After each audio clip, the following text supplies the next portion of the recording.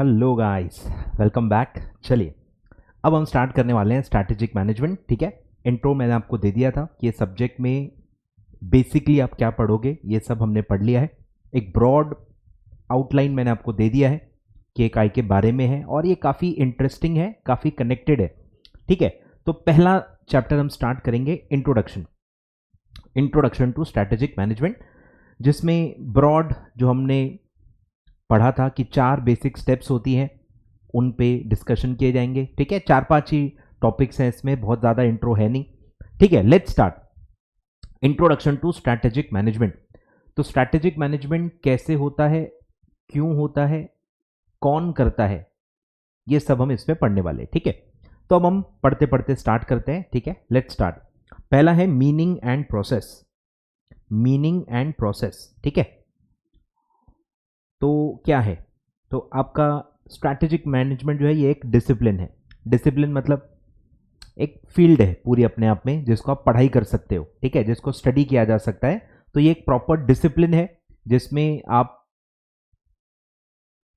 Steps, ये जो एक एक चीज है ना कि स्ट्रैटेजिक मैनेजमेंट क्या है, अपने आप में कुछ नहीं है, वो उसके स्टेप्स होते हैं कि आपको स्ट्रैटेजी कैसे बनानी है, कैसे इंप्लीमेंट करनी है, और हर कंपनी कैसे अपने बिजनेस को चलाएगी, उसका विजन मिशन क्या होता है। ठीक है, बहुत सारी चीजें हम ये डिस्कस करेंगे। तो ये प्रॉपर एक डिसिप्लिन है, अपने आप में एक फील्ड है जिसको आप स्टडी कर सकते हो, that deals with long term. ठीक है, ये हम पहले ही पढ़ चुके हैं। स्ट्रैटेजिक वर्ड का मीनिंग ही है long term. Strategic means long term bigger decision, जिसका बहुत लंबे समय तक मतलब आपको इसका फर्क पड़ेगा, अफेक्ट करेगा आपको। ये छोटे मोटे डिसीजंस नहीं है जिसको आप टैक्टिकल डिसीजंस कहते हो। तो ये day to day smaller decisions के बारे में नहीं है, ये स्ट्रैटेजिक डिसीजंस के बारे में। मतलब most of the things are long term in nature. ठीक है, long term development of an organization with a clear cut vision about the organizational purpose, scope of its activities and objectives. अब कुछ बातों को हम थोड़ा डिस्कस कर लेते हैं कि भाई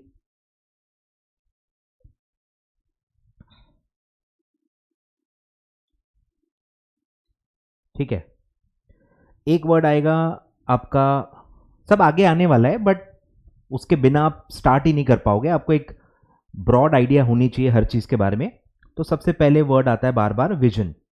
ठीक है, तो विजन क्या है भाई? विजन हमारा लॉन्ग टर्म गोल है, अल्टीमेट गोल। ठीक है, लॉन्ग टर्म गोल है जो हम लॉन्ग टर्म में अचीव करना चाहते हैं। Long term means 10 years, 12 years, 15 years, 20 years, काफी लंबे समय का जो आपका गोल होता है वो लॉन्ग टर्म गोल होता है, विजन।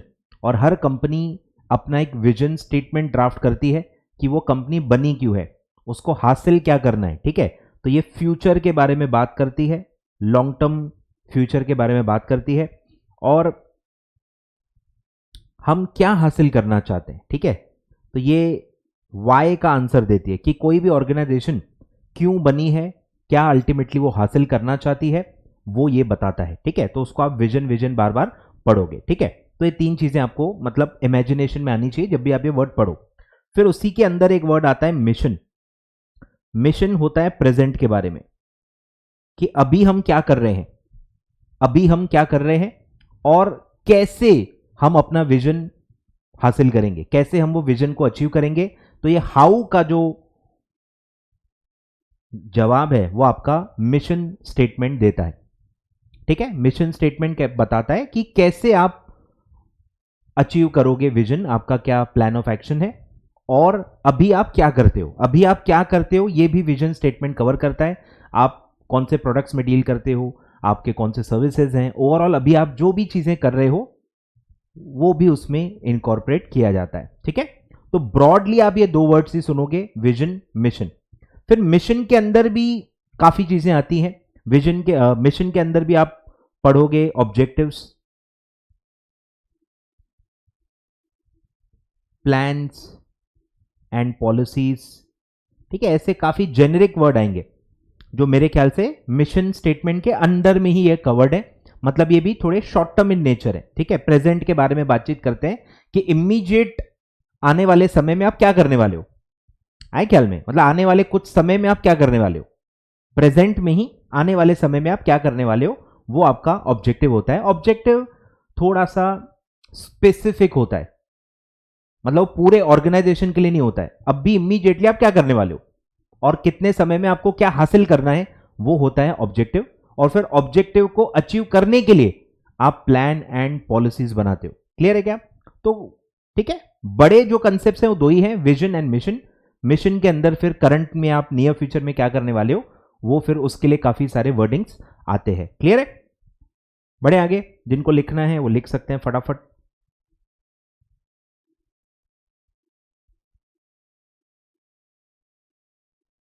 आगे बढ़ते हैं। अब है, ठीक है, तो यही दिया हुआ है कि आपका क्लियर कट विजन होना चाहिए।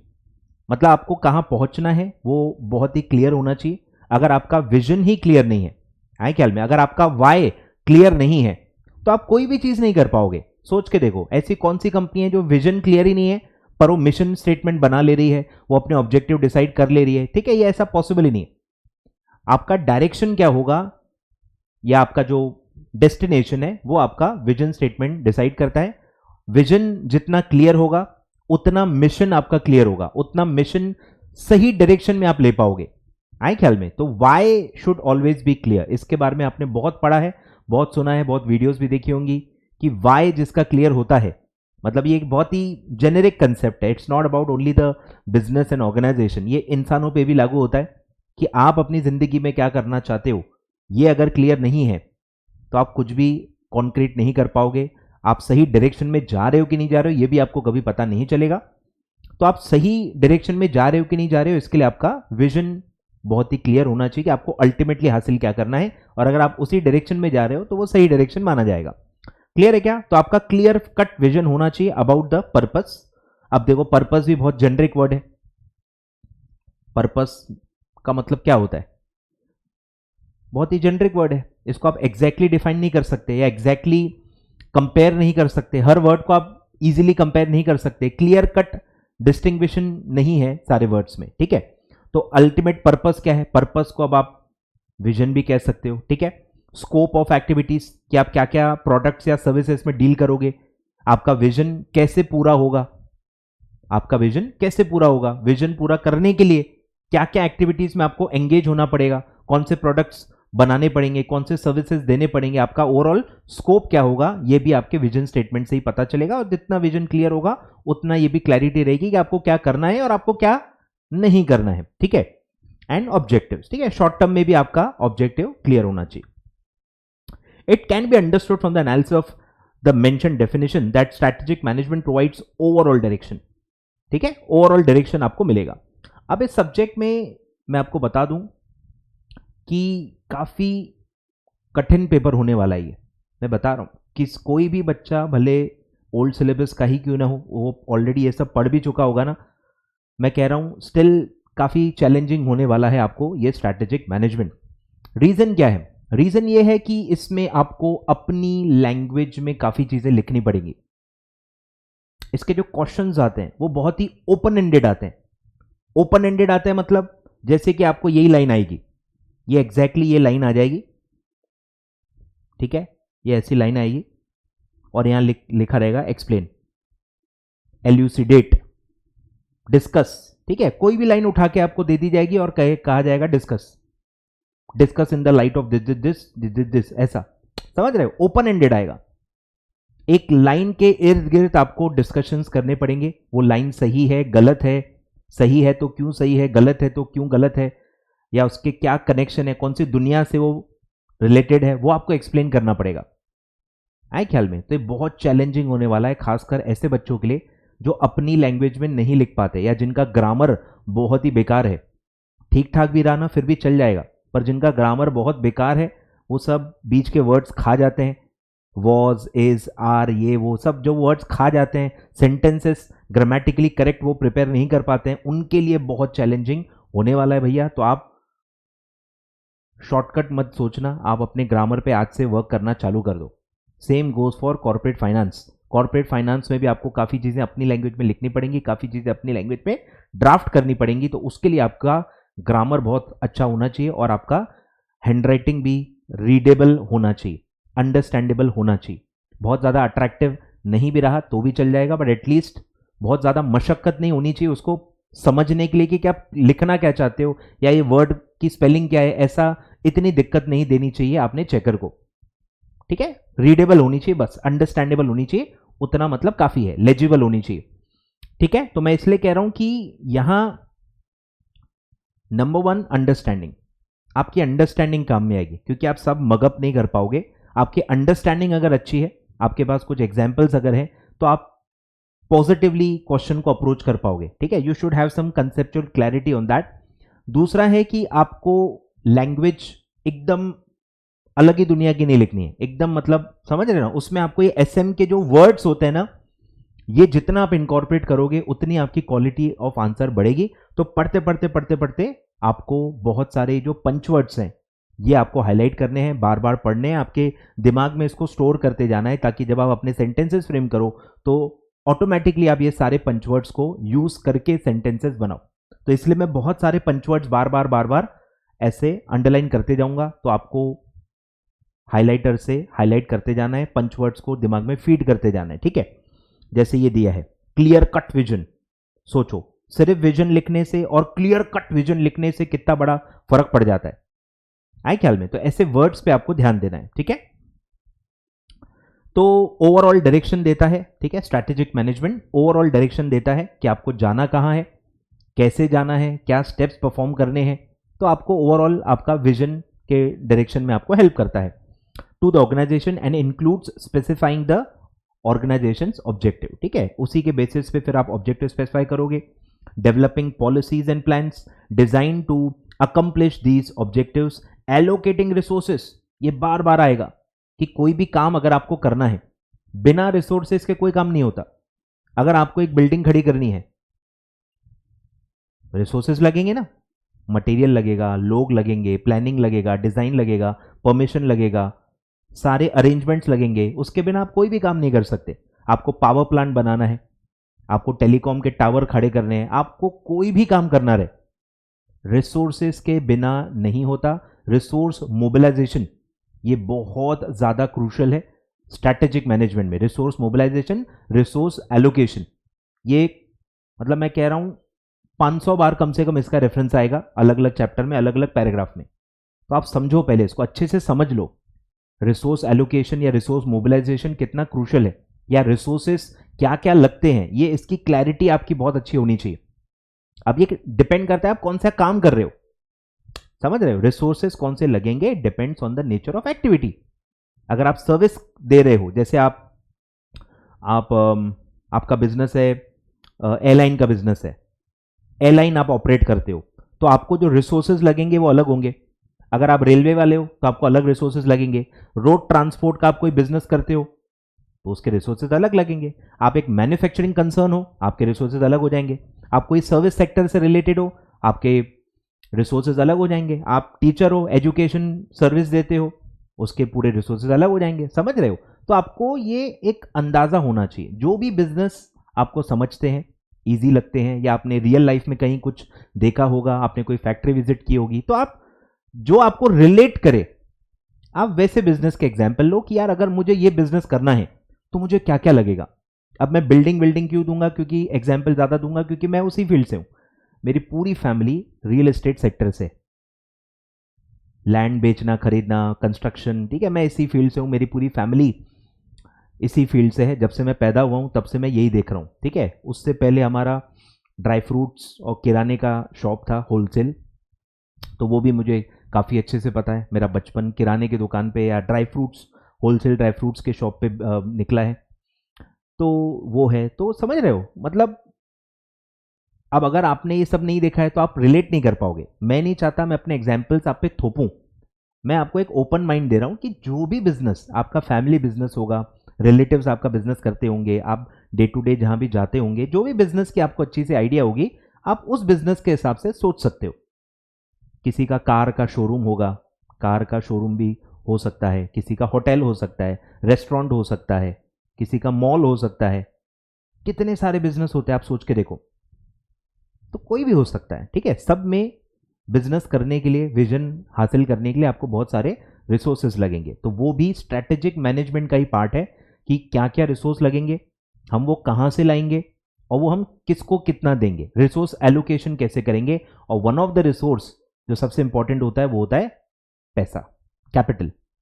इसीलिए आप कैपिटल बजटिंग पढ़ते हो, फाइनेंशियल मैनेजमेंट पढ़ते हो। तो फाइनेंशियल मैनेजमेंट में भी कनेक्शंस आते हैं रिगार्डिंग स्ट्रैटेजिक मैनेजमेंट। क्लियर है क्या? तो सब समझो, कनेक्ट करो सारी चीजें जो आप पढ़ रहे हो। क्लियर है? तो ये बार बार आएगा। तो policies and plans design to accomplish these. देखो अब अकम्प्लिश वर्ड कितना अच्छा लगता है, अचीव भी बोल सकते हैं, अचीव भी बोल सकते हैं ना, पर अचीव से ज्यादा बेटर वर्ड क्या है, अकम्प्लिश। ऐसे ही मैं कह रहा हूं, आपका जो डेटाबेस है, आपका जो वोकैब है, वोकैबुलरी है, उसको आप अपडेट करो। मैं बता रहा हूं बहुत फर्क पड़ता है। हर क्वेश्चन में मैं कह रहा हूं मिनिमम आधा मार्क का तो फर्क पड़ जाएगा। और अगर आप 8-10 क्वेश्चन लिखने वाले हो एसएम के, तो आपके 5 मार्क तो यहीं बढ़ जाएंगे। सोच के देखो। इसीलिए कह रहा हूं ये अभी से चालू कर दो, हैबिट बना लो, तो आपको कोई दिक्कत नहीं होगी। ठीक है? वर्ड्स को थोड़ा सा डेटाबेस में स्टोर करते जाओ। एकम्प्लिश, ठीक है? Accomplish these objectives allocating resources for the implementation of such plan. ठीक है? तो जो भी आप प्लान बनाओगे उसके इंप्लीमेंटेशन के लिए फिर आपको बहुत ज्यादा रिसोर्सेस लगेंगे और वो सब आपको लाके अप्लाई करना पड़ेगा। ठीक है? फिर है एक पर्सन है माइकल पोर्टर, आप पढ़ चुके हो काफी बार। माइकल पोर्टर ने बहुत सारी थेरीज लिखी हैं। सबसे फेमस उसमें आती है कंपटीशन के बारे में। कॉम्पिटिटिव स्ट्रैटेजीज क्या होनी चाहिए, इसके बारे में माइकल पोर्टर ने काफी कुछ लिखा हुआ है। ठीक है? तो स्ट्रैटेजी के बारे में भी कुछ माइकल पोर्टर ने कहा है। क्या कहा है वही हमको पढ़ना है। Michael porter identifies 3 principles underlying the strategy. Strategy के लिए 3 प्रिंसिपल्स आइडेंटिफाई किए माइकल पोर्टर ने। Number 1, creating a unique and valuable market position. बराबर? कि आपकी स्ट्रैटेजी क्या होनी चाहिए जिससे आप एक वैल्यूएबल मार्केट पोजीशन अपने लिए बनाओ। मार्केट में आपका एक वैल्यूएबल पोजीशन होना चाहिए। हर जो भी आप इंडस्ट्री से बिलोंग करते हो, आपका strategy should allow you to gain a market position. ठीक है? तो यूनिक होनी चाहिए। बरोबर? मतलब क्या बोलूं मैं इसमें, आप कोई भी एग्जांपल ले सकते हो कि आपका प्रोडक्ट या सर्विस में कुछ एक डिस्टिंग्विशिंग फीचर होना चाहिए। और वो आप कैसे हासिल करोगे, that should be a part of your strategy. आए ख्याल में? That should be the part of your strategy.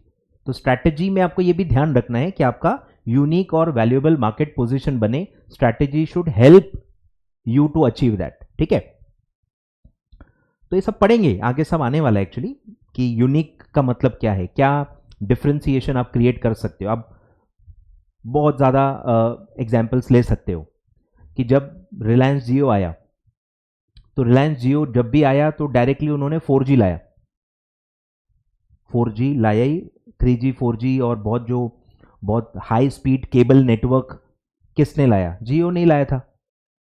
तब एयरटेल उतना था नहीं उसके लिए फेमस। पहली बार जियो आया और उसने अपग्रेड किया। तो ऐसे हर फील्ड में होता है। कोई भी फील्ड में जब कोई बड़ा प्लेयर आता है ना, वो एक यूनिक प्रपोजिशन से आता है, कुछ नया लाता है, तभी वो चलता है। समझ रहे हो? अब वो ये यूनिक चीज आप कैसे लाते हो?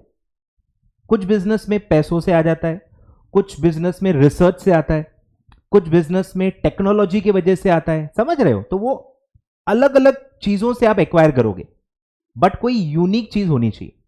अब मैं मेरा भी एग्जाम्पल दे सकता हूं, क्योंकि आप मेरे लेक्चर बायर्स हो और ये मैं यूट्यूब पे आई होप नहीं डालूंगा। तो मैंने भी जब टीचिंग में मैं आया, ऑनलाइन में आया, मैंने भी यही सोचा कि यार टीचर्स तो ऑलरेडी हैं, टीचर्स ऑलरेडी हैं, बहुत सारे हैं, मैं क्यों चलूंगा? लोग बाकी टीचर्स को छोड़ के मुझसे क्यों पढ़ना चाहेंगे? तो मुझे भी अपने सर्विस में एक यूनिक फीचर लाना चाहिए। और वहीं से पैदा हुआ concept of doubt solving, quick doubt solving. तो ये सोच के लाया गया, ये कोई ऐसे ही मेरे दिमाग में बत्ती जली और मैंने बाद में इंट्रोड्यूस कर लिया, ऐसा नहीं था। डे 1 से आई वॉज क्लियर कि मैं कैसे भी पढ़ाऊँ, मैं फेस टू फेस पढ़ाऊँ, ऑनलाइन पढ़ाऊँ या जो भी पढ़ाऊँ, एज अ टीचर मैं क्या नया ला रहा हूँ। कंसेप्चुअल क्लैरिटी तो है ही ना, कंसेप्चुअल क्लैरिटी तो सब लोग क्लेम करते हैं राइटफुली। मैं ऐसा नहीं कह रहा कि वो नहीं पढ़ाते हैं, पढ़ाते भी हैं, ऐसी कोई दिक्कत भी नहीं है। कंसेप्चुअल क्लैरिटी में कैसा होता है ना, लेयर्स होती हैं, there are layers to it, there is level to it, कि कितनी कंसेप्चुअल क्लैरिटी, उसमें लेयर्स होती हैं और वो सब टीचर्स की अलग अलग होती हैं। ठीक है? तो मैं बहुत क्लियर था कि यार मुझे डाउट सॉल्विंग को ही लाना है, डाउट सॉल्विंग बहुत इंपॉर्टेंट है। और प्रॉब्लम भी वही है कि डाउट सॉल्विंग कोई देता नहीं है। आए ख्याल में? तो ऐसे मैं कह रहा हूं आप हर बिजनेस के लिए सोच सकते हो। रियल लाइफ में इसलिए मैं कहूंगा कि आप एसएम बिना न्यूज़ फॉलो किए नहीं समझ सकते। मतलब मैं कितने भी आपको एग्जाम्पल दे दूं, जब तक आप खुद होके डे टू डे न्यूज़ नहीं पढ़ोगे, बिजनेस से रिलेटेड न्यूज़ नहीं पढ़ोगे, बिजनेसेस क्या कर रही हैं, क्या लॉन्च कर रही हैं, क्या स्ट्रेटेजीज बना रही हैं, जब तक आप ये फॉलो नहीं करते आपको मज़ा ही नहीं आएगा। मैं बता रहा हूं, मैं कितना भी वन साइडेड एफर्ट ले लूं, आप जब तक उसको पढ़ोगे नहीं ना, डे टू डे देखोगे नहीं, तब तक आपको मैं कह रहा हूं ना, मज़ा ही नहीं आएगा, ना आप उससे कनेक्ट कर पाओगे और ना फिर आप इसको कहीं यूज़ कर पाओगे। तो मेरी रिक्वेस्ट है as your SM teacher, news follow करना चालू कर दो। ठीक है? बिजनेस से रिलेटेड इंडिविजुअल जो बिजनेस होता है, अगर आप न्यूज़ पेपर कोई भी देख लोगे, बिजनेस करके एक अलग सेगमेंट ही होता है, बिजनेस न्यूज़ अलग से ही आती है। बस वो टैब ओपन करो और उसको सिर्फ, अभी भले मैं कह रहा हूं टू स्टार्ट विथ, सिर्फ हेडलाइन स्टार्ट करो, सिर्फ हेडलाइंस पढ़ो। मैं नहीं कह रहा कि आप बहुत ज्यादा टाइम दो भाई, एटलीस्ट दिन के 10-15 हेडलाइंस ही पढ़ लो। उससे ही आपको मैं कह रहा हूं ना, 10 हेडलाइंस पढ़ने से एटलीस्ट एक को डिटेल में पढ़ने की आपकी इच्छा होगी। जो भी हेडलाइन आपको अट्रैक्ट करेगी ना, एक तो करेगी करेगी, उसको आप फिर डिटेल में पढ़ोगे। और ऐसे करते करते आपका नॉलेज बढ़ेगा। और आपका नॉलेज बहुत ज़रूरी है। काफ़ी सारे सब्जेक्ट्स में आपको एग्जाम्पल्स लगते हैं, टीचर्स तो देते ही हैं, बट सिर्फ टीचर के 2-4 चीज़ें बताने से कुछ नहीं होता, unless it is supported by your own research and in your own studies. तो इसलिए मैं कहूँगा कि आप पढ़ना चालू कर दो। एक न्यूज़ भी अगर आपने डिटेल में पढ़ ली, 10-12 रोज की हेडलाइंस पढ़ ली, क्या चल रहा है आपको एक सेंस आएगा। उससे फिर आपको सेक्टर वाइज क्या चल रहा है ये भी पता चलेगा। एयरलाइन में क्या चल रहा है, एयर इंडिया क्या कर रहा है, जो टाटा ने भी एक्वायर किया है, तो आपको उसके बारे में पता चलेगा। रिलायंस कुछ ना कुछ करते ही रहता है, टाटा ग्रुप कुछ ना कुछ करते ही रहता है, अडानी कुछ ना कुछ करते ही रहेगा, पोर्ट वाले फील्ड में क्या चल रहा है, वाटर पोर्ट्स। तो ऐसे हर सेक्टर में क्या चल रहा है ये आपको पता चलेगा। और आपको फिर हर लाइन जो आप पढ़ोगे ना, आप उसको रिलेट कर पाओगे। आपके माइंड में कोई भी लाइन पढ़ते से तुरंत एग्जाम्पल अपने आप ही आएगा। आए ख्याल में? तो ये आप करो। I am just requesting you as a teacher. ठीक है, चलो। तो पहला माइकल पॉटर कह रहा है कि भाई आप एक यूनिक और वैल्यूएबल मार्केट पोजीशन बनाने का टारगेट रखो थ्रू स्ट्रैटेजी। फिर है making trade offs by choosing what not to do. बरोबर, कि क्या करना है ये तो सब लोग सोचते हैं, पर आपको इसको ट्रेड ऑफ करना है, इसको बैलेंस करना है। आपका माइंड ये भी क्लियर होना चाहिए कि आपको क्या नहीं करना है, कौन सी चीजों में नहीं जाना है।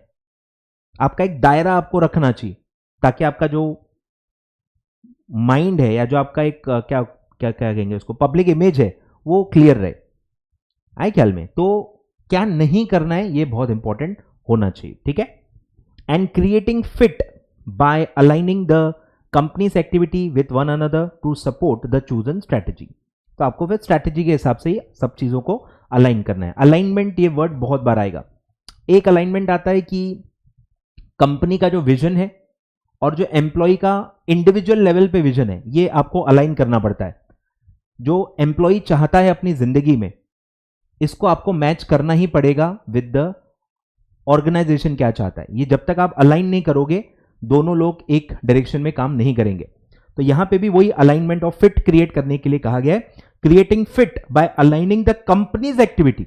कंपनीज की जो एक्टिविटी है, जो भी आप काम कर रहे हो, जो भी प्रोडक्ट सर्विसेज में आप डील कर रहे हो, ये आपको फिट करना पड़ेगा विथ वन अनदर। एक्टिविटीज को आपस में कनेक्ट करना पड़ेगा to support the chosen strategy.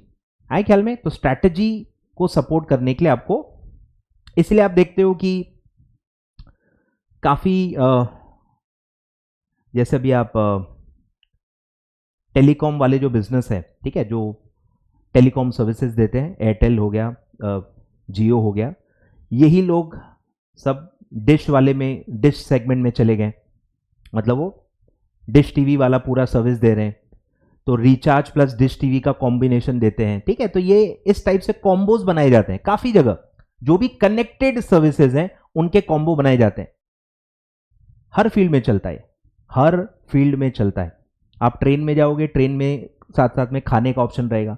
आप फ्लाइट में जाओगे, फ्लाइट के साथ खाने का ऑप्शन रहेगा, खाने का कॉम्बोज रहेगा। कहीं भी जाओ, आप पिक्चर देखने जाओ, मूवी टिकट के साथ वो खाने के कॉम्बोज आपको दिए ही रहेंगे। खाने के अंदर भी खाना और पीना, उसका साथ का कॉम्बो रहेगा। हर चीज में ऐसा होता ही है। इसी की बात की जा रही है। कि आप कॉम्प्लीमेंट्री जो चीज़ें हैं, जो साथ में चीज़ें यूज़ की जा सकती हैं, कंज्यूम की जा सकती हैं, उनका आप उन्हीं फील्ड्स में जाओ जो कॉम्प्लीमेंट्री हैं, जो कॉन्ट्राडिक्ट न करें। कॉन्ट्राडिक्टरी चीज़ों में नहीं डालना है, इससे आपकी स्ट्रैटेजी फिर सक्सेसफुल नहीं हो पाएगी। जो भी आपकी स्ट्रैटेजी है उसको स्ट्रेंथन करने के लिए आप कॉम्प्लीमेंट्री चीज़ें ढूंढो ताकि आपका बेस स्ट्रांग हो जाए। ठीक है, तो ये इसकी बात की जा रही है, creating fit by aligning the company's activity with one another to support the chosen strategy। ठीक है, तो ये तीन चीजें, तीन प्रिंसिपल्स हैं जो माइकल पॉटर ने कहा है रिगार्डिंग द स्ट्रैटेजी। क्या है? Number 1, creating unique and valuable market position, making trade off by choosing what not to do. ठीक है, and third, creating fit by aligning the company's activity with one another to support the chosen strategy. ठीक है, तो ऐसी तीन चीजें आपको करनी है। क्लियर है यहां तक? अब कुछ लोगों ने डिफाइन किया है स्ट्रैटेजिक मैनेजमेंट को, ये उनकी निजी ओपिनियन है, ये उस पर्सन की पर्सनल ओपिनियन है। ठीक है, ये कोई कंसेप्ट नहीं है, ये कोई यूनिवर्सल ट्रुथ नहीं है। ठीक है, तो उसको आप एक इंसान की निजी ओपिनियन पढ़ रहे हो ऐसा आपको समझना है। ठीक है, तो डेफिनेशंस क्या है? Definitions of strategic management number 1, इस पे क्वेश्चंस नहीं आते, मैं पहले ही बता देता हूं, काफी बच्चे बहुत परेशान हो जाते हैं। ये सिर्फ आपको ऐसे ही पढ़ना है, ये आपको सिर्फ ऐसे ही पढ़ना है, क्योंकि मैं इसको स्किप नहीं कर सकता, इसलिए पढ़ना है, बस एज सिंपल एज दैट। मैं स्किप नहीं करना चाहता क्योंकि एनी विच वे आपको पढ़ने की इच्छा होगी तो हम रीड कर लेंगे, थोड़ा बहुत कुछ इसमें अलग कुछ होगा तो हम वो डिस्कस कर लेंगे, बाकी इसके ऊपर इसका कोई ज़्यादा काम नहीं है। ठीक है, तो पहला पर्सन है चैंडलर। चैंडलर ने क्या, उसके नज़रिए में क्या होता है strategic management? Determination of the basic long term goals. ठीक है, हर बिजनेस में कोई ना कोई लॉन्ग टर्म गोल होता है, तो डिटरमाइन कर लो कि क्या है। Determination of the basic long term goals and objectives of an enterprise and adopting the course of action and allocation of the resources necessary to carry out this goals. अब ये पढ़ के ना आपको बहुत चीजें ऐसी लगेंगी, यार ये तो मतलब ऑब्वियस सी बात है, काफी चीजें ऑब्वियस सी लगते हैं, मतलब दूर से जब आप देखते हो, जैसे विराट कोहली को कैसे खेलना चाहिए तो सब लोग अपना राय देते ही है ना, पर जब आप उस सिचुएशन में रहते हो आपका दिमाग बंद हो जाता है। वैसे ही होता है कि जब आप ये पढ़ोगे कि हाँ यार कोई भी बिजनेस कर रहे हो तो लॉन्ग टर्म गोल तो आपको पता ही होना चाहिए, फिर जो आपका अल्टीमेट गोल है उसी के हिसाब से आपको शॉर्ट टर्म गोल्स करने चाहिए, उसी के हिसाब से रिसोर्सेज मोबिलाइज करने चाहिए, उसी के हिसाब से करना चाहिए। इसमें पढ़ने की क्या बात है? आपको लगेगा ये तो बेसिक है ना, पर जब आप इसको अपनी लाइफ से कंपेयर करोगे, जब आप इसको अपनी लाइफ से कंपेयर करोगे कि आप अपनी जिंदगी में क्या कर रहे हो, तो आप ये ऐसी बेसिक जिंदगी, मतलब बेसिक ये जो फ्लो है ना, ये अपनी लाइफ में भी आप फॉलो नहीं कर रहे हो। मैं बता रहा हूं, जो चीज बाहर से ऑब्वियस लगती है जब आप खुद करते हो ना दिमाग नहीं चलता, कि बहुत सारी और भी चीजें होती हैं जो आपको साथ साथ में देखनी पड़ती हैं, आपको खो जाते हो आप बेसिकली। तो जैसे मैं कहूं कि अगर आप CS कर रहे हो तो आपको पता ही है कि इसमें टाइम लगता है, इसमें पढ़ाई बहुत ज्यादा है, तो आपको मैक्सिमम टाइम CS को देना चाहिए। ठीक है, सोचो कितनी बेसिक चीज है। मैं एक प्रोफेशनल लेवल का कोर्स कर रहा हूं जिसमें जो सिलेबस का लेंथ है उसके हिसाब से जो टाइम दिया गया है वो ऑलरेडी कम है। अब लोग उसके साथ भी LLB करेंगे, उसके साथ BCom करेंगे, उसके साथ MBA करेंगे, तो सोचो कितनी ऑब्वियस सी चीज है कि आपका एक क्लियर विजन होना चाहिए। एक कोर्स आप कर रहे हो उसमें 10 कोर्स और क्यों जोड़ रहे हो? क्या सेंस है? मतलब आप और मुश्किल बना रहे हो ना, पर आप कर रहे हो। देखो ऐसा बाहर से देखोगे तो बेवकूफी लगेगी, पर आप खुद देखो कर रहे हो। 2 कोर्स जिनका आपस में कोई कनेक्शन नहीं है, वैसे कोर्स भी लोग कर रहे हैं।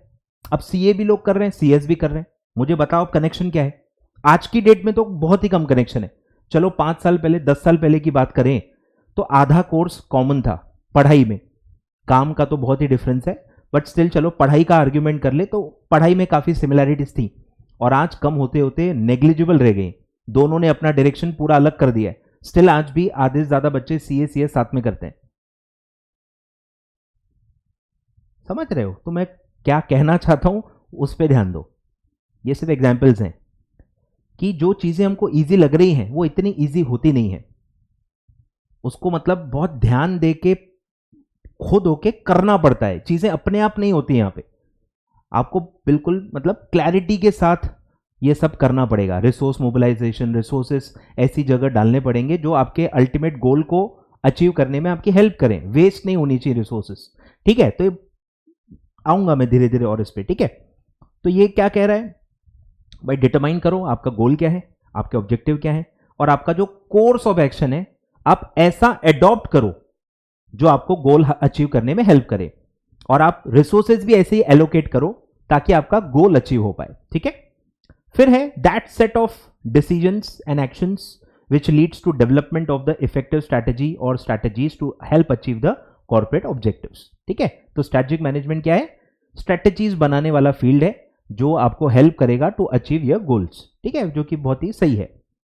फिर है strategic management involves decision making and activities in an organization which have wider ramifications, जिसका बहुत ज्यादा इफेक्ट्स हैं। रेमिफिकेशन मतलब जिसके इफेक्ट्स होते हैं, मतलब जो मल्टीपल प्रोडक्ट्स, मल्टीपल डिपार्टमेंट्स, यानी जो मैक्रो नेचर के आपके पूरे ऑर्गेनाइजेशन को अफेक्ट करते हैं, ऐसे बड़े डिसीजन है। कोई एक प्रोडक्ट के अंदर कोई एक छोटे डिपार्टमेंट, कुछ उसके अंदर एक छोटे कोई एम्प्लॉय से रिलेटेड नहीं है, वो बड़े डिसीजन जिसके वाइडर रेमिफिकेशंस हैं, मल्टीपल चीजों पे उसका अफेक्ट होगा, तो वैसे डिसीजंस यहां पे कवर किए जाते हैं। Have wider ramifications, have long term perspective, बराबर, इसका लॉन्ग टर्म इफेक्ट पड़ेगा। And use critical resources, resources भी बहुत ज्यादा जो क्रिटिकल हैं, जो बहुत कम अवेलेबल होते हैं या कम आप अरेंज कर पाओगे, तो क्रिटिकल रिसोर्सेज हैं, उसमें गलत डिसीजन नहीं चलेगी। तो अगर आप एक मैन्युफैक्चरिंग कंसर्न हो तो मशीनरी आपके लिए बहुत ही क्रिटिकल है, पैसा आपके लिए क्रिटिकल है। अगर आपके प्रोडक्शन में स्किल्ड लेबर लगता है तो स्किल्ड लेबर भी बहुत ज्यादा क्रिटिकल रिसोर्स बन जाता है। तो ये आपको सोच समझ के डिसीजन बहुत अच्छे से आपको लेना पड़ता है, तो ये सब स्ट्रैटेजिक मैनेजमेंट में कवर होता है। Use critical resources towards perceived opportunities और threats in a changing environment. ठीक है, ये सब आगे आएगा, माइक्रो फैक्टर्स, मैक्रो फैक्टर्स, उसमें मैं ये सब कवर कराऊंगा आपको। तो ये पेन एंड न्यूम्स का डेफिनेशन था, और एक लास्ट है Hambrick and Chen. Strategic management is the formulation and implementation. ठीक है, बहुत ही बेसिक है, मतलब टेक्निकल डेफिनेशन है कि स्ट्रैटेजिक मैनेजमेंट क्या है भैया, फॉर्मुलेट करो और इंप्लीमेंट करो स्ट्रैटेजी को। Formulation and implementation of major goals, initiatives taken by the company's top management on behalf of the owners। ठीक है, टॉप मैनेजमेंट यानी वही बोर्ड ऑफ डायरेक्टर्स, ओनर्स मतलब शेयर होल्डर्स, कंपनी से इसको रिलेट कर सकते हो आप। by the company's top management on behalf of owners based on the consideration of the resources and an assessment of internal and external environment in which the organization competes। ठीक है, तो ये प्रॉपर डेफिनेशन से coincide करती है। ठीक है, तो ये ज्यादा प्रॉपर डेफिनेशन है जो बाकी कंसेप्ट से आप कनेक्ट भी कर सकते हो। ठीक है, तो ये कुछ लोगों ने अलग अलग तरीके से अपना एक नजरिया बताया कि वो स्ट्रैटेजिक मैनेजमेंट को कैसे देखते हैं। अब आते हैं जो मेन प्रोसेस है। ठीक है, बोलो 4 ब्रॉड स्टेप्स क्या हैं, बोलो, इस पे क्वेश्चन आ सकता है। ठीक है, क्वेश्चन वाले में स्टार मार्क करते जाऊंगा, आप भी स्टार मार्क करते जाओ। जो क्लियर कट पॉइंट्स में दिया है उस पर सेपरेट क्वेश्चन बनता है। ठीक है, तो 4 ब्रॉड स्टेप्स क्या थे जो हमने देखे थे। एनवायरमेंटल स्कैनिंग, ठीक है, जिसमें हम पूरे एनवायरमेंट, जो भी लोगों से हम इंटरेक्ट करते हैं, क्योंकि आप बिजनेस कर रहे हो, अकेले तो नहीं कर रहे हो ना, बिजनेस वैक्यूम में नहीं होता। आपने ऐसा सेंटेंस बहुत बार पढ़ा होगा, हम वैक्यूम में काम नहीं करते हैं, हम लोगों से डील करते हैं। तो अलग अलग लोग, अलग अलग क्या बोल सकते हैं उनको, ऑर्गेनाइजेशंस से आप डील करते हो। तो एनवायरमेंट को पूरा स्कैन कर लो कि आप किससे किससे इंटरेक्ट कर रहे हो ऑन अ डेली बेसिस। फिर उसके हिसाब से आपको अपना स्ट्रैटेजी बनाना है जो आपको अचीव करना है, फिर उसको इंप्लीमेंट करना है, और उसको इंप्लीमेंट करने के बाद इवैल्यूएट करना है कि हमने सही किया, नहीं किया, क्या क्या गलतियां की, क्या क्या बातें अच्छी सी की, अगली बार जब हम यही काम करेंगे तो बेटर कैसे करेंगे, एज अ लर्निंग प्रोसेस। तो वो आप इवैल्यूएशन करोगे। तो 4 ऐसे ब्रॉड स्टेप्स होते हैं in strategic management process. Let's start, आ जाओ। Strategic management. Strategic management process is defined as the process by which managers or decision makers are able to make a choice। मतलब एक decision है, आपको choice करना है। अगर आपके पास मल्टीपल रास्ते हैं या तौर तरीके हैं कोई चीज को अचीव करने का, तो कौन सा आपके लिए बेस्ट होगा, कौन सा आप अचीव कर सकते हो, किसके लिए आपके पास रिसोर्सेज हैं या आप अरेंज कर सकते हो, कौन सा आपके दायरे में है, कौन सा आपको फीजिबल लग रहा है, वो आप चूज करोगे। मतलब रास्ते बहुत सारे होते हैं, कोई भी काम करने के बहुत सारे तरीके होते हैं। आपकी जो आइडियोलॉजी है या आपको जो सही तरीका लगता है, जो सबसे आसान तरीका है, जब से जो जिसके लिए आप रिसोर्सेस अरेंज कर पाओगे, वो जैसे अभी मैं वही बार बार मैं 100 एग्जाम्पल जियो के ही दूंगा, क्योंकि उस वो मतलब फेमस ही है अपनी स्ट्रैटेजी के लिए। अगर आप स्ट्रैटेजी पढ़ोगे ना, आपको आधे से ज़्यादा जियो के एग्जाम्पल दिखेंगे, और क्योंकि वो इतना बड़ा सक्सेस हो गया, इतने कम टाइम में इतनी बड़ी सक्सेस जियो ने ही करके दिखाई है, ठीक है, इसीलिए उसके एग्जाम्पल भी बनते हैं, ठीक है। कि जियो का अगर आप देखोगे कि एयरटेल ऑलरेडी बहुत बड़ा प्लेयर है, एयरटेल कोई छोटा मोटा प्लेयर तो है नहीं, एयरटेल बहुत बड़ा प्लेयर है, बहुत सालों से है, बहुत बड़ा ब्रांड है। अब उसको आप टक्कर दोगे कैसे, उसको आप टक्कर दोगे कैसे, सोच के देखो। अब जियो के पास बहुत सारे ऑप्शंस हो रहे होंगे जो आपको पता नहीं है, हमको भी नहीं पता। तो अब जो उन्होंने स्ट्रैटेजी चूज की है, आप अगर गौर करोगे ना, वो उनकी स्ट्रेंथ थी। रिलायंस की स्ट्रेंथ क्या है मुझे बताओ, रिलायंस की स्ट्रेंथ क्या है? पैसा। पैसा बहुत ज्यादा है रिलायंस के पास, तो इसीलिए रिलायंस ने कौन सा तरीका चूज किया? कैपिटल वाला, जिसमें बहुत ज्यादा कैपिटल लगाना पड़े। जो जियो ने किया है वो कोई और कंपनी कर ही नहीं सकती। अगर आप आज का होमवर्क लो, गूगल करो कि जियो ने कितना पैसा इन्वेस्ट किया है। इतना बड़ा इन्वेस्टमेंट अगर आप देखोगे कि इंडिया में कौन कर सकता है, 4 या 5 ही बड़े ग्रुप्स आपको दिखेंगे जो इतना बड़ा पैसा लगा सकते हैं, उससे ऊपर कोई आपको दिखेगा ही नहीं, मतलब कंपटीशन ही नहीं है। जो काम जियो ने किया है पैसों के बलबूते पे, वो कोई कर ही नहीं सकता, क्योंकि इतना बड़ा पैसा किसी के पास है ही नहीं। तो उन्होंने अपनी स्ट्रेंथ के हिसाब से स्ट्रैटेजी चूज की है। उनकी स्ट्रेंथ है पैसा, वो पैसा चुटकी बजा के अरेंज कर सकते हैं। वो हम पढ़ेंगे, कैश काऊ का कंसेप्ट पढ़ेंगे, तो उनके पास एक कैश काऊ है रिलायंस इंडस्ट्री, जो करोड़ों रुपए हर साल कमा रही है, जमा हो रहा है, रिजर्व्स हैं, बहुत ज़्यादा पैसा जमा है, तो उनके पास पैसे की कमी नहीं है। तो उन्होंने इसीलिए पैसों वाला, इन्वेस्टमेंट वाला रूट चुना। उन्होंने पूरा केबल्स बिछाई, 4G 5G high speed network fibre cable बिछाई, जो कि सोचो नया प्लेयर सोच भी नहीं सकता, सोच भी नहीं सकता वो ऐसा कुछ। वो क्या सोचेगा, चलो जो अभी चल रहा है सेम वाला बनाते हैं, फिर अपन धीरे धीरे उसको इम्प्रोवाइज करेंगे। लेकिन ऐसा जियो ने नहीं किया है, डायरेक्ट स्टार्ट ही 4G से किया और बहुत बड़ा नेटवर्क बिछा दिया और सीधे फ्री में दे दिया। फ्री में देने वाला कल्चर भी जो है वो भी हम काफ़ी जगह डिस्कस करेंगे कि अगर जियो फ्री में न देता, एक ट्रेडिशनल रूट पकड़ता, तो क्या होता, आए ख्याल में। तो ये सब यही आपको समझना है, यही तो स्ट्रैटेजिक मैनेजमेंट है कि अलग अलग क्या कर रहा है कोई इंसान, क्यों कर रहा है, और क्या कर सकता था, वैसा करता तो क्या होता। तो ये सब आपको यहां पे करना है, ठीक है। तो ध्यान दो, it's a process in which manager decision maker are able to make a choice of a set of strategies for the organization that will enable it to accomplish the improved performance। अगर आप एक existing company हो तो एक ongoing हमारा objective होता ही है कि हमको परफॉर्मेंस इंप्रूव करना है, उसी से हमारा प्रॉफिट बढ़ता है। अल्टीमेट गोल हमारा जो भी है, परफॉर्मेंस हमेशा उसको कनेक्ट करेगा। आपका जो भी गोल हो, बिना परफॉर्मेंस इंप्रूव किए कैसे अचीव होगा? भले आप वेल्थ बढ़ाओ या आप प्रॉफिट बढ़ाओ या जो भी आपका ऑब्जेक्टिव हो, परफॉर्मेंस इज द की। तो आपको हमेशा परफॉर्मेंस इंप्रूव करना होता है, क्वालिटी वाइज, कॉस्ट वाइज, कम से कम कॉस्ट में बनाना है ताकि ज़्यादा से ज़्यादा आपका प्रॉफिट बचे। क्वालिटी वाइज आपका प्रोडक्ट अच्छा बने ताकि आपका ब्रांड बिल्डिंग हो, आप कॉम्पीट कर पाओ, ठीक है। तो ये सारी चीज़ें इससे कनेक्ट होती है। तो आप ऐसा चॉइस करो, ऐसा स्ट्रैटेजी चूज करो जिससे आपका परफॉर्मेंस इंप्रूव हो जाए।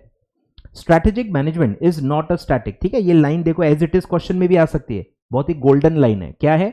Strategic management is not a static but a continuous process. Discuss, मतलब मैं बता रहा हूं, सही माइंडसेट से आपको पढ़ना है, नहीं तो आप पेपर देख के इतना चौंक जाओगे ना, मैं बता रहा हूं आप, मतलब जमीन निकल जाएगी पैरों तले, इतना टफ लगेगा आपको एसएम।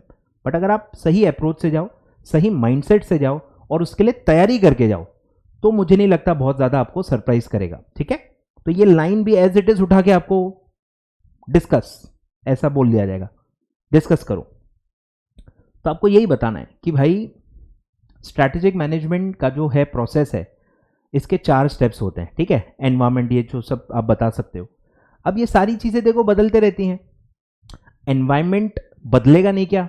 सोच के देखो आप, बिजनेस एनवायरमेंट क्या होता है? डायनेमिक होता है, वो स्टैटिक होता ही नहीं है ना।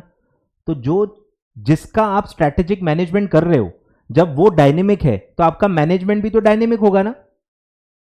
सोच के देखो, अगर हमारा एनवायरमेंट या हमारा बिजनेस स्टैटिक होता तो हमारा मैनेजमेंट प्रोसेस भी स्टैटिक होता। लेकिन क्योंकि हमारा बिजनेस ही इतना डायनेमिक है, हमारे जो भी फैक्टर्स अफेक्ट करते हैं हमको, जिसको आप एनवायरमेंट कहते हो, क्योंकि वो बदलते रहते हैं, इसलिए हमारा स्ट्रैटेजिक मैनेजमेंट भी बदलते रहना पड़ेगा, वो स्टैटिक नहीं हो सकता। क्लियर है क्या? तो ये है, तो एक कंटिन्यूस प्रोसेस है। एक बार आप स्ट्रैटेजिक मैनेजमेंट कर रहे हो तो काम खत्म नहीं होता, कंटिन्यूसली आपको एनवायरमेंट स्कैन करना है, कंटिन्यूसली आपको स्ट्रैटेजी जो भी आपने फॉर्मुलेट की है उसको बदलते रहना पड़ता है। हर चीज बदलते रहती है, चेंजिंग कंडीशंस के हिसाब से आपको चेंजेस करते रहने पड़ेंगे। इसीलिए ये एक कंटिन्यूस प्रोसेस है, ठीक है। As it involves continuous appraisal, ठीक है। अप्रेजल मतलब आपको रिसर्च करनी पड़ेगी, अप्रेज करना पड़ेगा। अप्रेज करना मतलब कि भाई उसको स्टडी करना कि कैसे हमको अफेक्ट करेगा, कैसे वो चेंज होता है, कैसे बिहेव करता है, तो उसको कहते हैं अप्रेजल। तो continuous appraisal of micro and macro environment surrounding the organization and choosing between alternatives that meet the objectives and thereafter reassessment of such strategy. मतलब एक बार स्ट्रैटेजी आपने फॉर्मुलेट कर ली और इंप्लीमेंटेशन भी स्टार्ट कर दिया, वहां पे भी आपका काम कंप्लीट नहीं होता। हर वक्त वो स्ट्रैटेजी अभी भी बेस्ट है कि नहीं, ये चेक करना पड़ता है, क्योंकि जो बेस था जिसको देख के आपने अपनी स्ट्रैटेजी बनाई थी वही बदल गया, सब बदल रहा है।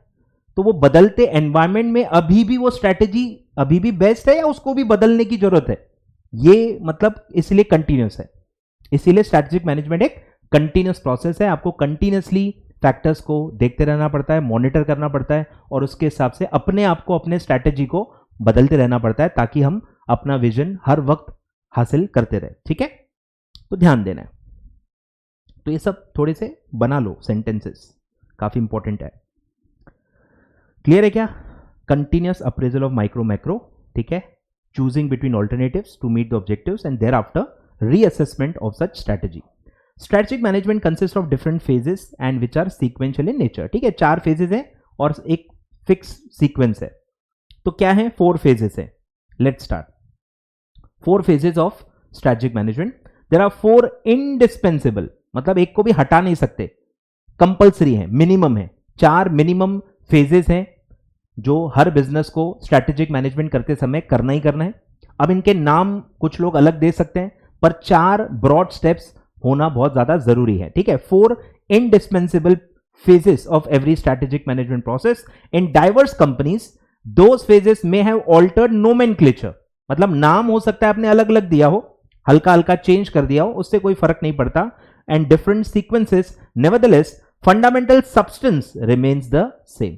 हल्का फुल्का हो सकता है आपने सीक्वेंस भी बदला हो, आपके बिजनेस को सूट करने के लिए हो सकता है आपने नाम बदल दिए हो सकता है आपने थोड़ा बहुत सीक्वेंस भी एक आध स्टेप आगे पीछे कर लिया हो, लेकिन स्टिल 4 ब्रॉड स्टेप्स हर स्ट्रैटेजिक मैनेजमेंट प्रोसेस में होते ही हैं। The 4 phases can be listed about below. Number 1, environmental scanning, ठीक है। सबसे पहले मुझे बताओ एनवायरमेंट का मतलब क्या है? एनवायरमेंट का मतलब क्या है? एनवायरमेंट का मतलब बिजनेस के लिए है जिनसे आप डील करते हो, जिनसे आप डील करते हो, जिनसे आप ट्रांजैक्शंस करते हो, ठीक है। अकाउंटिंग एंगल से भी देख सकते हो आप कि जो भी लोगों के साथ आप ट्रांजैक्शन करते हो या जो भी चीजें या जो भी आपके तौर तरीके हैं, जो भी चीजों के वजह से आप अफेक्ट होते हो, उसको कहते हैं एनवायरमेंट, ठीक है। तो इसमें इसीलिए 2 कैटेगरीज की करी जाती है, माइक्रो एंड मैक्रो। एक होता है आपका इमीडिएट एनवायरमेंट, जिनसे आप डे टू डे डील करते हो, जो आपका 1 to 1 है, ठीक है। माइक्रो का मतलब क्या है? 1 to 1, जो आप जिनसे पर्सनली 1 to 1 डील करते हो। और कुछ ऐसे फैक्टर्स होते हैं जो कॉमन फैक्टर्स होते हैं, जो पैन इंडिया लेवल पे होते हैं, जो आप कंट्रोल नहीं कर सकते और जो सबको अफेक्ट करते हैं एक साथ, कॉमन फैक्टर्स होते हैं, तो उनको आप कहते हो मैक्रो फैक्टर्स। तो माइक्रो मैक्रो इसलिए ऐसा, एक इमीडिएट एनवायरमेंट होता है और एक ओवरऑल एनवायरमेंट होता है। तो इमीडिएट एनवायरमेंट में आपके जो भी लोग हैं जिनसे आप डील करते हो, आपके सप्लायर्स हो गए, आपके कस्टमर्स हो गए, आपके एम्प्लॉइज हो गए, ठीक है, ये सारे आपके इमीडिएट एनवायरमेंट में होते हैं। और फिर जो मैक्रो फैक्टर्स होते हैं, जैसे government policy, inflation, technological changes, फिर जो कंट्री का जो पॉपुलेशन है जिसको आप कहते हो डेमोग्राफी, मेल फीमेल पॉपुलेशन कैसी है, डेमोग्राफी कैसी है, फिर कल्चर, सोशो कल्चरल एनवायरनमेंट क्या है, लीगल एनवायरनमेंट कैसा है, ठीक है। ये सारे मैक्रो फैक्टर्स होते हैं जो आपको अफेक्ट करते हैं, जिनके हिसाब से आपको चलना पड़ता है। हमारे लीगल एनवायरनमेंट के हिसाब से हमको चलना पड़ेगा। जो हमारा सोशो कल्चर एक है बिजनेस, मतलब उसी के हिसाब से आपको चलना पड़ेगा। बिजनेस का सेटअप, पहनावा, जो भी आपके डे टू डे पॉलिसीज हैं, छुट्टियां हैं, ठीक है, वर्क एनवायरनमेंट है, सब आपको वहां के सिचुएशन के हिसाब से करना पड़ता है।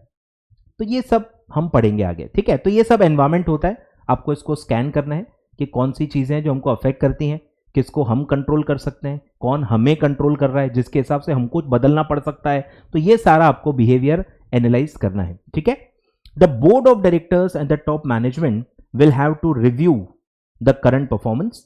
To review, organization will to scan the internal environment for strength and weakness, ठीक है। इंटरनल एनवायरमेंट आपको ये करना है, अपने अंदर झांकना है भाई कि मैं क्या स्ट्रेंथ रखता हूं और मेरे क्या क्या वीकनेस है, ठीक है। आपको पता होना चाहिए। ये पूरा स्टेप क्या है, अवेयरनेस।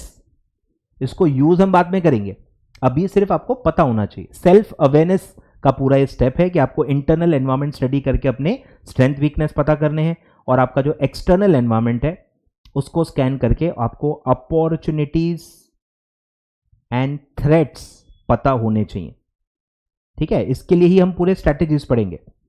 तो ये आपको स्कैन करना है, internal environment for strength and weakness and external environment for opportunities and threats in the market. Clear है क्या? बनाते जाओ, छोटे छोटे चार्ट्स बनाते जाओ।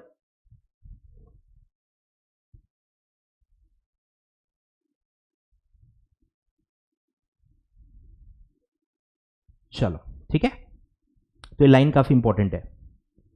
To review, the organization will have to scan the internal environment for strength and weakness and external environment for opportunities and threats. The internal external scan helps in selecting the strategic factors. मतलब जो strategy को affect करेंगे। जैसे अगर आपको dominant create करना है, आपको मोनोपली क्रिएट करनी है, तो आपको लॉ पता होना चाहिए कि भाई मोनोपली बैन है इंडिया में। मोनोपोलिस्टिक मतलब मोनोपली आप क्रिएट ही नहीं कर सकते हो। There is a separate competition commission of India, CCI, जो ये देखता है कि आप कोई भी सेक्टर में मोनोपोली क्रिएट ना कर पाओ। ऐसा स्ट्रैटेजिक फैक्टर्स, ऐसे फैक्टर्स जो आपकी स्ट्रैटेजी को अफेक्ट कर सकते हैं पॉजिटिवली और नेगेटिवली, तो वो स्ट्रैटेजिक फैक्टर्स आपको सिलेक्ट करने हैं। क्योंकि देखो, बहुत कुछ हो रहा होता है, बहुत कुछ मार्केट में हो रहा होता है, अब सब कुछ थोड़ी आपको अफेक्ट करेगा। समझ रहे हो क्या? अगर मैक्रो में 20-25 फैक्टर्स होंगे तो क्या सारे फैक्टर्स आपके बिजनेस को अफेक्ट कर रहे होंगे? नहीं भाई, उसमें से कौन से फैक्टर्स आपको अफेक्ट कर रहे हैं वो आपको सिलेक्ट करना पड़ेगा, उन्हीं को आप यूज करोगे वाइल प्रिपेयरिंग योर स्ट्रैटेजी, ठीक है। तो वो है internal and external scan helps in selecting the strategic factors. These have to be reviewed and redefined in relation to the mission and objectives. All the organizations have the missions that define the significance of their existence.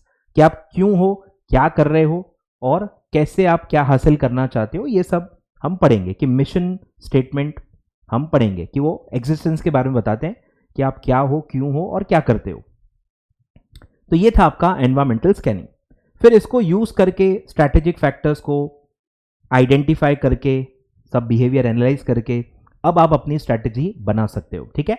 Strategy formulation is the process of deciding about the best course of action. Basically क्या है best course of action? क्या है, अलग अलग course of action पहले आप देख लोगे एनवायरमेंट के बेसिस पे, फिर कौन सा आपके लिए बेस्ट है, किसके सक्सेस होने के चांसेस बहुत ज्यादा है, कौन सा कोर्स ऑफ एक्शन आप अच्छे से कर पाओगे, इंप्लीमेंट भी कर पाओगे, आपके पास उसके रिसोर्सेज भी हैं, एक्सपीरियंस है, टॉप मैनेजमेंट कॉन्फिडेंट है, आपको ऐसा स्ट्रैटेजी बनाना पड़ेगा, मतलब लेना पड़ेगा best course of action for accomplishing the organization objectives and therefore attaining the organizational purpose. After conducting the environmental scanning, managers formulate 3 type के स्ट्रैटेजीज बनते हैं: corporate strategy, business strategy, functional strategy. ये सब आने वाले चैप्टर में आने वाला है। कॉर्पोरेट स्ट्रैटेजी होती है ओवरऑल बिजनेस लेवल पे। आपको इमेजिन करना पड़ेगा टाटा 100 से भी ज्यादा शायद बिजनेस में वो होगा, रिलायंस भी पता नहीं डजन्स ऑफ बिजनेस में होगा। तो आपको ऐसा मल्टी बिजनेस कॉर्पोरेट हाउस एक आपको इमेजिन करना पड़ेगा।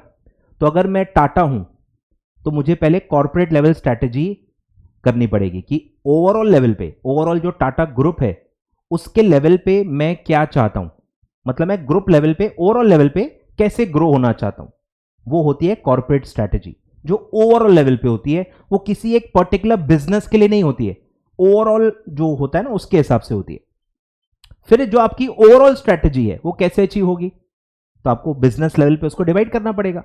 अगर मेरा स्ट्रैटेजी है कि मुझे प्रॉफिट बढ़ाना है, ग्रो करना है, या जो भी है, प्रॉफिटेबिलिटी के मेनली टारगेट्स होते हैं, तो वो कैसे अचीव होंगे, तो फिर आपको बिजनेस लेवल पे उसको बाइफोकेट करना पड़ेगा। तो कॉर्पोरेट स्ट्रैटेजी से बनता है आपका बिजनेस स्ट्रैटेजी।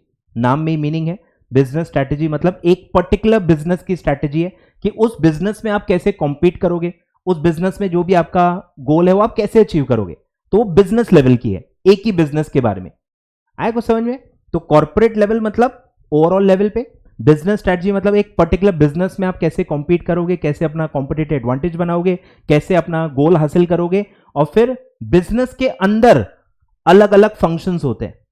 क्या होता है फंक्शंस ऑफ कंपनी या कोई भी बिजनेस के फंक्शंस क्या होते हैं? Marketing, sales, manufacturing, legal, accounting, administration, तो ये सारे फंक्शंस होते हैं। तो आपको फंक्शनल लेवल पे भी स्ट्रेटेजी बनाना पड़ेगा। एचआर, तो ये सारे फंक्शंस होते हैं, तो एक एक फंक्शन के भी स्ट्रेटेजीज बनेंगे। ठीक है, फाइनेंस, तो ये सब आप देखते ही हो, HR, finance, legal, accounting, marketing, sales, ठीक है, ये सब आपके फंक्शंस होते हैं। तो ऐसे आप अलग अलग स्ट्रैटेजीज फॉर्मुलेट करोगे। ओवरऑल बिजनेस के लिए कॉर्पोरेट स्ट्रैटेजी, एक पर्टिकुलर बिजनेस के लिए बिजनेस स्ट्रैटेजी, और बिजनेस के अंदर फंक्शन वाइज फंक्शनल स्ट्रैटेजीज, फिर उनको आप इंप्लीमेंट करोगे। ठीक है, तो इंप्लीमेंटेशन होगा, implies putting the chosen strategy into action. ठीक है, putting chosen strategy into action. Implementation includes designing the structure. ठीक है, ऑर्गेनाइजेशन का स्ट्रक्चर कैसा होना चाहिए, कौन किसको रिपोर्ट करना चाहिए, डिपार्टमेंट का या ओवरऑल बिजनेस का स्ट्रक्चर कैसा होना चाहिए, जो हम पढ़ेंगे। अलग अलग टाइप के स्ट्रक्चर्स हम पढ़ेंगे, फंक्शनल स्ट्रक्चर, मैट्रिक्स स्ट्रक्चर, फिर एक आएगा डिविजनल स्ट्रक्चर, और एक आएगा ओपन स्ट्रक्चर। तो ऐसे अलग अलग टाइप के स्ट्रक्चर्स होते हैं। तो आपको ऐसा स्ट्रक्चर चूज करना है जो आपकी स्ट्रैटेजी को अचीव करने में हेल्प करे। ठीक है, वो हम सब पढ़ेंगे आगे। तो स्ट्रक्चर भी आपको डिफाइन करना पड़ेगा। डिस्ट्रीब्यूटिंग रिसोर्सेस, यानी वही allocation of resources, developing decision making process, managing the human resources. तो ये इंप्लीमेंटेशन के दौरान ये सारे डिसीजंस आपको लेने पड़ते हैं। और लास्ट है, एक बार आपने सब कर लिया तो ये एक लर्निंग एक्सपीरियंस की तरह होना चाहिए। जो भी आपने किया इससे आपने क्या सीखा, उसको कहते हैं इवैल्यूएशन। ठीक है, जो आपको हर अटेम्प्ट के बाद करना चाहिए। काफी बच्चों को मैं कहता भी हूं, जो रिपीटर्स होते हैं, एग्जाम देते हैं, फेल होते हैं, बिना ये इवैल्यूएशन करके फिर से नेक्स्ट अटेम्प्ट की पढ़ाई चालू कर देते। यार ये चीज आप स्किप नहीं कर सकते, स्ट्रैटेजी इवैल्यूएशन, कि जो भी आपने किया उससे आपने क्या सीखा, क्योंकि आप फेल हुए ना या जीते, जो भी है, जीतने के बाद भी करना होता है। जैसे अभी काफी बच्चे एग्जीक्यूटिव पास हुए, इसको इवैल्यूएट किया आपने? नहीं किया। आज ही करो, होमवर्क है आपका कि अगर आप पास हुए थे एग्जीक्यूटिव तो आप कैसे पास हुए, क्या आपके स्ट्रेंथ्स हैं, आपने क्या बेटर किया। अब वो प्रोफेशनल के लिए कैसे आप मेंटेन रखोगे, वो आपको देखना है। जीत रहे हो तो भी इवैल्यूएट करो, फेल हुए हो तो इवैल्यूएट करना ही है। तो ये आप जरूर करो। ठीक है, अगर आप पास हुए हो, अच्छे नंबर से पास हुए हो, फर्स्ट अटेम्प्ट में पास हुए हो, तो आपने क्या अच्छा किया, क्या आपके लिए वर्क किया, ये सब आप नोट करो और वो आप इंश्योर करो कि प्रोफेशनल में भी आप वही करोगे। आए ख्याल में? चलो, तो स्ट्रैटेजी के लिए भी वैसे ही होता है, इवैल्यूएशन होता है कि भाई जो भी हमने किया, जो भी हमने स्ट्रैटेजी बनाई, सही बनाई, नहीं बनाई, क्या गलतियां हुई, कहां क्या हमने छूट गया। एनवायरमेंटल स्कैनिंग अगर हमने किया, सही किया नहीं किया, सारे फैक्टर्स हमने पकड़ा कि नहीं पकड़ा, हर फैक्टर का बिहेवियर अच्छे से स्टडी किया कि नहीं किया, समझ रहे हो? तो जो भी आपने किया है उसको आप इवैल्यूएट करो, उससे सीखो और अगली बार बस ये गलती नहीं करनी। ये इसका पर्पस होता है। ये एक कंट्रोल फंक्शन है, ये काफी जगह आपने पढ़ा होगा, कंट्रोल फंक्शन, कि क्या किया, क्या करना चाहिए था, क्या किया, क्या डेविएशन है, क्या रीजन है, उस पर एक्शन लो ताकि अगली बार फिर से ना हो। तो ये एक कंट्रोल फंक्शन का पूरा प्रोसेस होता है। आ जाओ, strategy evaluation is the final step of strategy management process. The key strategy evaluation activities are appraising, ठीक है, अप्रेज करो, देखो क्या बरोबर किया कि नहीं किया, internal external factors that are root of the present strategy, measuring performance, ठीक है, आपने जो भी इंप्लीमेंटेशन किया उसका आपका परफॉर्मेंस कैसा रहा, टेक रेमेडियल और करेक्टिव एक्शन, जहां जहां आपने गलती की या जहां जहां आप चीजें और बेटर कर सकते थे वो नोट करो और अगली बार वो करो, ठीक है। Evaluation ascertains that organizational strategy as well as its implementation is in line with the organizational objective। तो जो भी आप कर रहे हो, जो भी आपका स्ट्रेटजी बनाना है और इंप्लीमेंटेशन है, ये सेम लाइन पे होना चाहिए जो आपको ऑब्जेक्टिव हासिल करना है। Alignment, same alignment, is in line मतलब वो अलाइन करना है और उससे सीखना है, ठीक है। तो ये 4 ब्रॉड स्टेप्स हैं। These components are the steps that are carried out in sequential order while creating a new strategy management plan, ठीक है। जब भी आप एक नया प्लान बनाओगे तो यही सीक्वेंस में आपको काम करना है और पुरानी जो भी गलतियां हैं, जो भी आपने सीखी है, नोट डाउन की है, वो अगली बार आपको नहीं करनी है, दोबारा गलती नहीं करनी है, उस पर आपको स्पेशल अटेंशन देना है। Present businesses that have already created a strategic management plan will revert to these steps as per the situation's requirement so as to make the essential changes। तो अगर आपका ऑलरेडी प्लान है और वो इस process से अलग है तो आपको अपने एग्जिस्टिंग प्लान को चेंज करना पड़ेगा और इस सीक्वेंस और इसके हिसाब से आपको अपने आप को चेंज करना पड़ेगा, ठीक है। तो ये 4 सीक्वेंशियल स्टेप्स परफॉर्म करना जरूरी है फॉर स्ट्रेटेजिक मैनेजमेंट। क्लियर है क्या? तो इस पे क्वेश्चन आ सकता है। अब इसमें एक जेनरिक लाइन भी आ सकती है, कोई भी एक लाइन उठा के एक्सप्लेन, तो आपको लिखना ही पूरा ही पड़ेगा। अगर वो स्ट्रैटेजिक मैनेजमेंट प्रोसेस के बारे में है तो आपको ये 4 फेजेस एक्सप्लेन करने ही पड़ेंगे। एक तो होता है ट्रेडिशनल तरीका, explain the 4 phases of strategic management process. Direct तो आ ही सकता है, इनडायरेक्ट भी आ सकता है, जो मैंने आपको बताया, strategic management is not a static but a continuous process. In light of this statement discuss the 4 phases of strategic management process. कुछ भी आ सकता है, ठीक है। समझो कि आपसे एक्सपेक्टेड क्या है वो आप समझो, ठीक है। तो ये one of the most important question है इस चैप्टर का। तो नेक्स्ट पार्ट में मैं आगे कंटिन्यू करूंगा, ठीक है। विल स्टार्ट स्ट्रैटेजिक लीडरशिप, ठीक है। आई होप आप जो मैं कह रहा हूं, आपको रिकमेंड कर रहा हूं, आप जरूर करोगे।